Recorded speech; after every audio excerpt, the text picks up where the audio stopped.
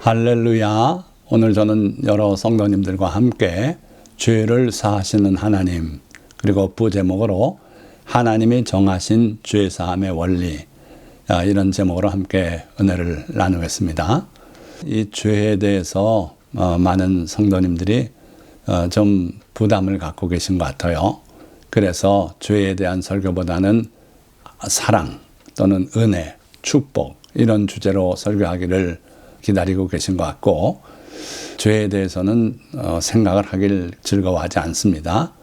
그러나 예수님께서 마지막 날 밤에 제자들에게 긴 설교를 하시면서 내가 가면 하나님께서 약속하신 보혜사 성령을 보내주시겠다 하시면서 그가 이 땅에 와서 하실 일이 무엇인가 세 가지 중요한 내용을 말씀하셨어요. 첫째는 죄에 대하여, 그 다음에 의에 대하여, 그리고 심판에 대하여 세상을 책망하시리라. 왜냐하면 세상이 죄에 대해서, 의에 대해서, 심판에 대해서 알지 못하고 있어요. 잘못 알고 있어요. 듣기를 또 싫어해요. 그래서 성령이 오시면 제일 먼저 우리가 갖고 있는 죄에 대한 생각, 그리고 의에 대한 정의, 그리고 심판에 대한 내용들을 바르게 가르치시고 잘못 알고 있는 걸 책망까지 하시겠다, 이렇게 약속하셨어요.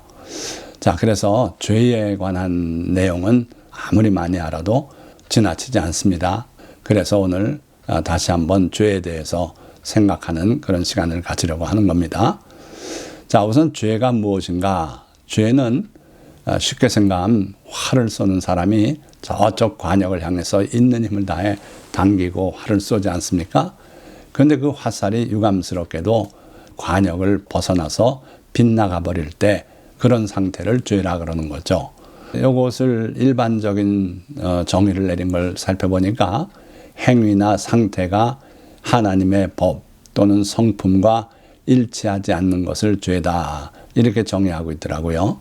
상당히 근사한 정의인데, 이사야 53장 6절에 우리는 다 양 같아서 그릇 행하여 각기 제 길로 갔거늘 여호와께서는 우리 모두의 죄악을 그에게 담당시키셨도다. 우리 모두는 다 양 같아서 그릇 행했다 그랬어요. 그래가지고 각기 제 길로 갔다. 그러니까 하나님이 정하신 이리 가라고 우리에게 알려주신 그 길로 가지 않고 각기 제 길로. 근데 그게 보니까 그릇 행하는 것이더라 그랬어요. 그래서 마치 양같이 각기 제 길로 가는 것, 그게 바로 죄다. 하나님의 성품에 맞게 가난한 자를 보면 불쌍히 여기고 병든 자를 보면 방문하고 손을 얹고 기도해주고, 그런 마음이 하나님의 마음이에요. 그런데 그 하나님의 성품에 빗나가서 우리가 우리 멋대로 살면 그게 죄더라 하는 거죠. 자, 그 죄가 가져오는 결과는 무엇입니까?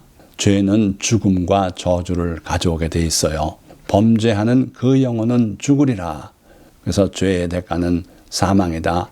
아담과 하와가 하나님의 말씀을 어기고 선악과를 따먹음으로 말미암아 그들의 영혼이 죽게 되죠. 그래서 인류에게 죽음이 찾아오지 않았습니까? 또한 저주를 불러온다 그랬어요. 창세기 3장 17절 하반절 말씀 보니까 땅은 너로 말미암아 저주를 받을 것이다. 그래서 내가 이마에 땀이 흘러야 먹고 살 것이다. 이 저주가 바로 무엇 때문에 왔습니까? 죄 때문에 왔다 하는 거예요.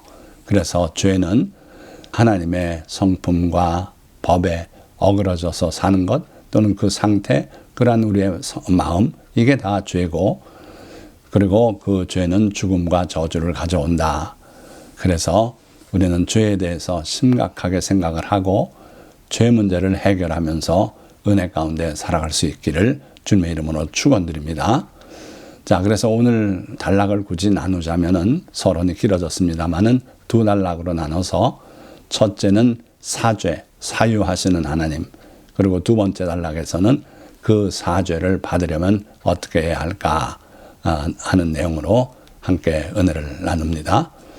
자, 그러면 첫째, 사유하시는 하나님, 시편 130편 3절에서 4절 말씀 보니까 여호와여 주께서 죄악을 지켜보실진데 주여 누가 서리이까?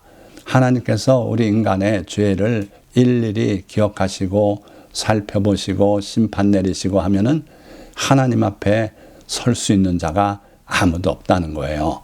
우리는 모두 죄인이에요. 제가 돌이켜보니까 죄가 많아요.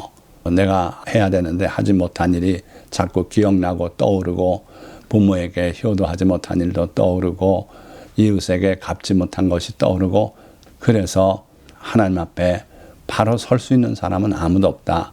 하나님께서 우리의 죄를 일일이 지켜보시면 그렇다. 그런데 소망이 여기 있습니다. 4절. 그러나 사유하심이 주께 있음은 주를 경외하게 하심이니이다. 하나님께서 우리의 죄를 용서하신단 말이에요. 도말하신다 그랬어요. 태워 없앤다 그랬습니다. 동이서에서 먼 것처럼 멀리 옮겼다고도 하셨습니다. 그리고 다시는 기억도 하지 않겠다고 약속하고 계세요. 하나님의 절대 주권에 의해서 아무 조건 없이 죄를 사유하시는 그런 하나님이시기 때문에 그 하나님의 죄를 씻어내고 용서하시고 태워버리고 없애시는 그 은혜가 주께 있어서 우리가 주님을, 하나님을 경외하게 됩니다. 그래서 우리는 하나님 앞에 겸손하게 엎드리고 하나님을 찬양하고 하나님께 감사하고 그럴 수밖에 없다는 거예요. 그래서 하나님은 죄를 사유하시는 하나님이시다. 참으로 감사하죠. 이 죄를 사유하시면 하나님의 절대적인 주권이다. 누가 간섭할 수 없어요. 마치 포도원 주인이 11시에 들어온 사람에게도 한 데나리온을, 그리고 새벽에 들어와 일한, 하루 종일 일한 그 사람에게도 한 데나리온을 주듯이 거기에 대해서 뭐라고 항의할 수 없듯이 하나님의 죄를 사유하시는 권능, 이거는 온전히 하나님의 절대적인 주권이다. 그래서 죄사함 받은 사람이 감사할 뿐이에요. 시편 103편에도 우리의 죄를 따라 우리를 처벌하지는 아니하시며 우리의 죄악을 따라 우리에게 그대로 갚지는 아니하셨으니 이는 하늘이 땅에서 높음같이 그를 경외하는 자에게 그의 인자심이 크심이로다. 그러니까 하나님께는 죄를 사하는 사유의 절대적인 권능이 있으신데 그 하나님의 사유를 자세히 살펴보니까 우리의 죄를 따라 처벌하지 않고 사유하시더라는 거예요. 우리의 죄가 크면 매를 여러 대 때리고 그러고 나서 나머지를 용서하고 그렇게 안 하시더라. 하나님은 우리의 죄를 용서하시는 그러한 은혜가 있더라. 그런데 그 은혜가 무엇에서 오는가 보니까 그 인자심이 크시기 때문에 그렇게 죄를 용서하시더라. 하나님의 크신 인자, 헤세드 사랑의 근거에서 우리의 죄를 용서하시더라 하는 거예요. 제가 고등학생 때 우리 친구들 또는 다른 분들에게 전도를 한 적이 있어요. 그래서 몇몇 사람들이 구원을 받고 지금까지도 좋은 친구 관계를 유지하고 하는 친구도 있죠. 그런데 어떤 분들은 전도할 때 이렇게 대답해요. 예수 믿는 거 좋습니다. 그런데 내가 세상 좀 즐겁게 살고 즐길 거 즐기고 또 죄도 좀 짓고 그리고 마지막에 죽기 전에 그때 가서 예수님 믿으면 되지 않습니까? 그래도 천국 가는 건 마찬가지 아닙니까? 그렇게 둘러대는 그런 사람을 본 적이 있어요. 근데 참 어리석은 것이죠. 왜냐하면 우리가 일찍이 예수님 믿고 일찍이 하나님의 자녀가 되면 하나님의 크신 인자하심 가운데 살아가게 돼요. 평생을. 주께서 천군 천사를 명하여 우리 가는 모든 길에 우리 발이 돌에 부딪히지 않게도 하시고 그리고 우리의 창고가 차고 넘치게 그렇게 복을 내리시기도 하고 우리가 병들었을 때 우리를 치료하여 일으켜 주시기도 하고 이 모든 은혜가 하나님의 백성에게 임합니다. 물론 이방인에게도 하나님의 은혜가 없는 거 아니죠.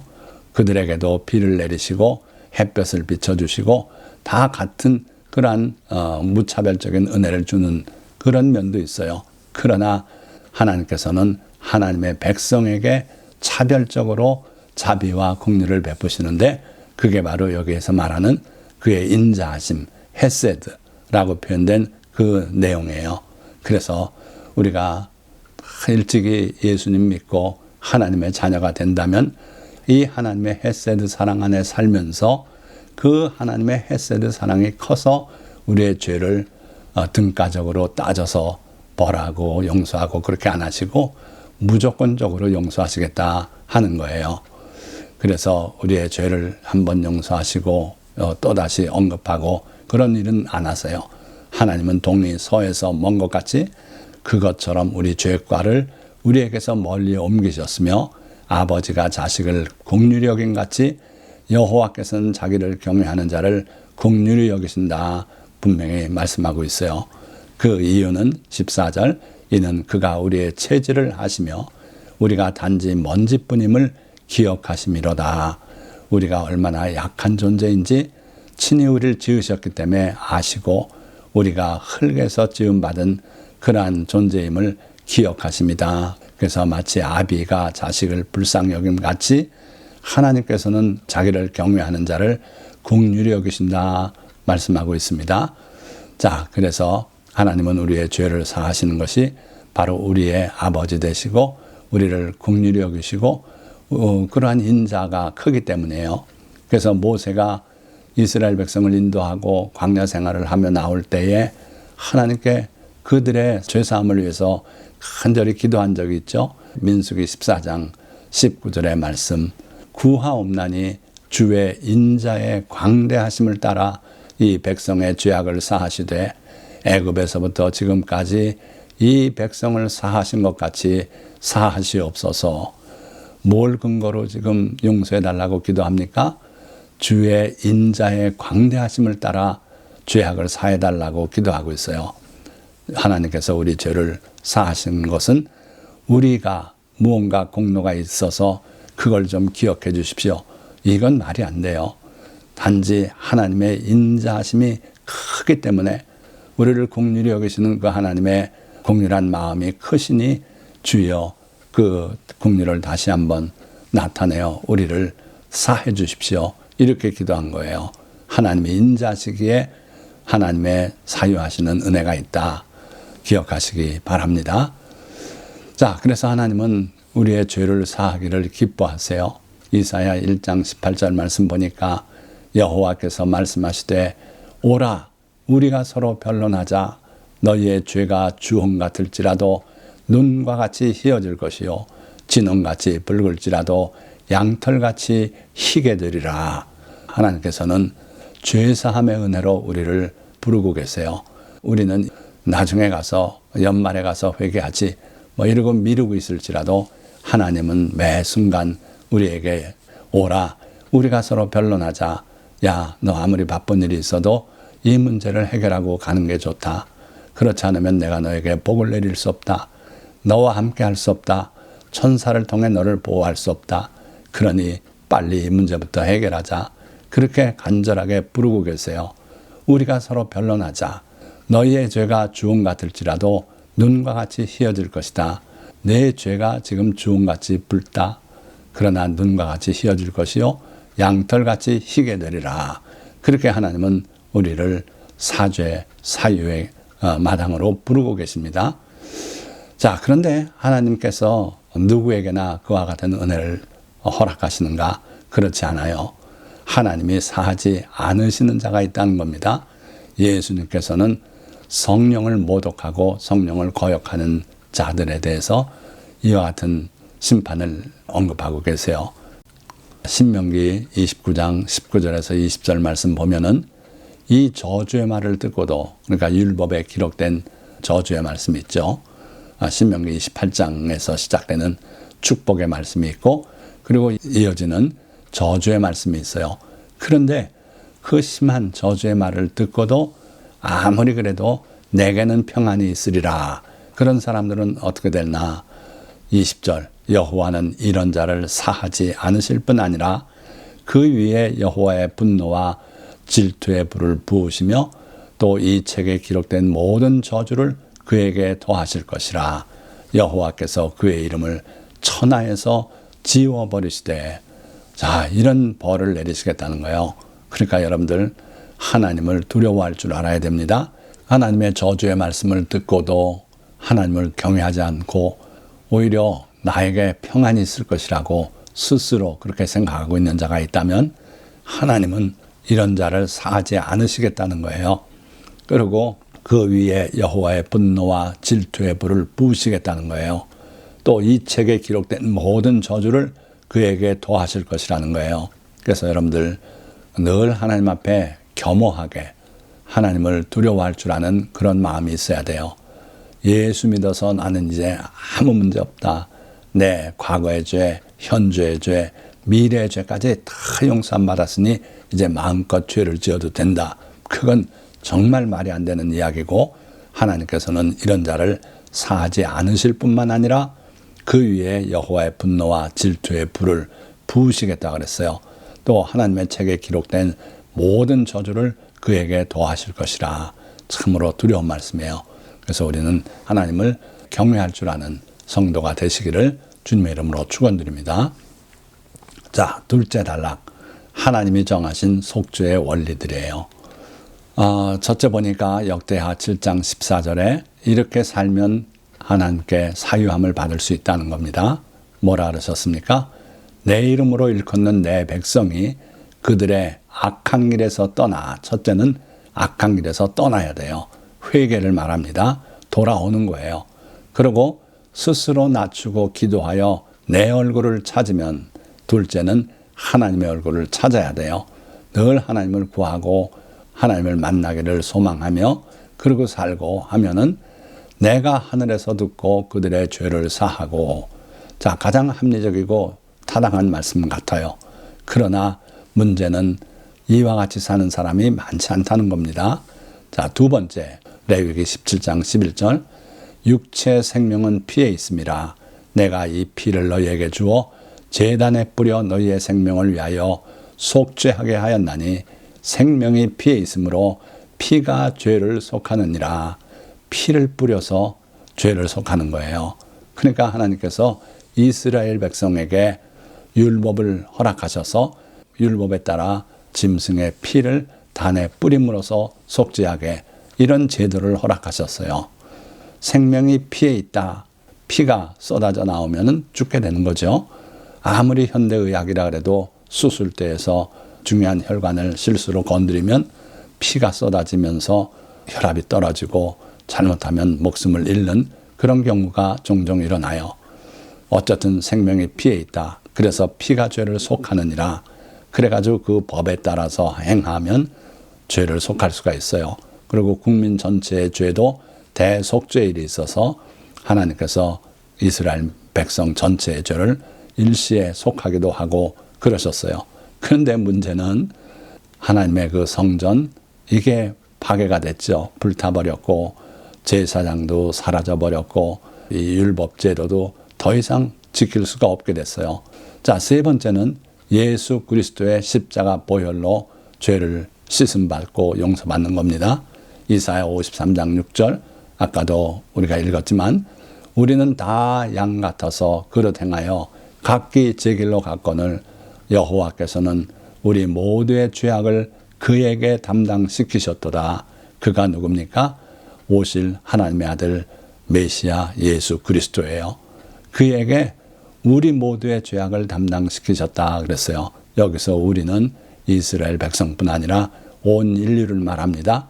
그래서 요한복음 3장 16절도 하나님이 세상을 이처럼 사랑하사 독생자를 주셨으니 누구든지 그를 믿으면 멸망하지 않고 영생을 얻으리라고 말씀하고 있지 않습니까?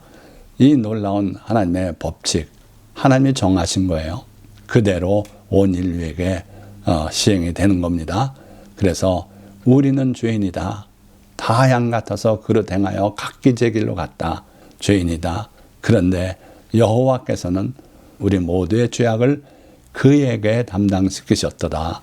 제사장에게도 아니고 서기관에게도 아니고 집사도 장로도 목사도 아니고 예수 그리스도 그분에게 우리의 죄의 문제를 담당시키셨다. 그래서 십자가에 매달려 높이 치켜들어 피 흘려 우리의 죄를 담당하셨다. 예수님께서도 잡히시기 전 마지막 날 밤에 잔을 가지고 그렇게 말씀하셨어요. 이것은 죄사함을 얻게 하려고 많은 사람을 위하여 흘리는 바 나의 피 곧 언약의 피니라. 하나님께서 이스라엘 백성과 언약을 맺었죠. 그들이 하나님의 백성이 되고 하나님은 그들의 하나님이 되겠다는 언약이에요. 그 언약을 맺으셨고, 그리고 이제 두 번째 언약이에요. 이것은 온 인류를 위한 언약입니다. 너희가 죄 때문에 죽음을 맞고 죄 때문에 지옥 형벌을 당하고 죄 때문에 저주를 당하고 하는데 내가 그 죄를 해결한다. 하나님께서 세우신 언약이에요. 바로 자기 아들 예수 그리스도, 그가 십자가에 못 박혀 높이 지켜 드릴 텐데 그를 믿고 그의 보혈의 공로를 믿고 자기 죄를 자백하면 용서함을 받고 그리고 영생을 얻게 될 것이다. 이게 하나님이 두 번째 정하신 언약입니다. 그래서 예수님의 피는 그 언약을 위해서 흘리신 언약의 피다. 자, 그러면 우리가 할 일은 뭐 없습니까? 아까 하나님의 주권적인 사유하심은 우리가 할 일이 사실은 없었어요. 하나님이 용서하시면 용서받는 겁니다. 그런데 이 마지막 예수 그리스도의 보혈에 대해서는 우리가 할 일을 여기 정하고 계세요. 요한일서 1장 9절 말씀, 만일 우리가 우리 죄를 자백하면 그는 미쁘시고 의로우사 우리 죄를 사하시며 우리를 모든 불의에서 깨끗하게 하실 것이요. 우리가 해야 될 내용이 뭐라고요? 우리가 우리 죄를 자백하면 그랬어요. 주님 앞에 엎드려 고백해야 합니다. 내가 이런 죄를 지었습니다. 제가 잘못했습니다. 하나님의 법을 모르고 했습니다. 그렇게 자백하고 그러면은 하나님은 미쁘시고 의로우셔서 우리 죄를 사하시며 우리를 모든 불의에서 깨끗하게 하실 것이다 그랬어요.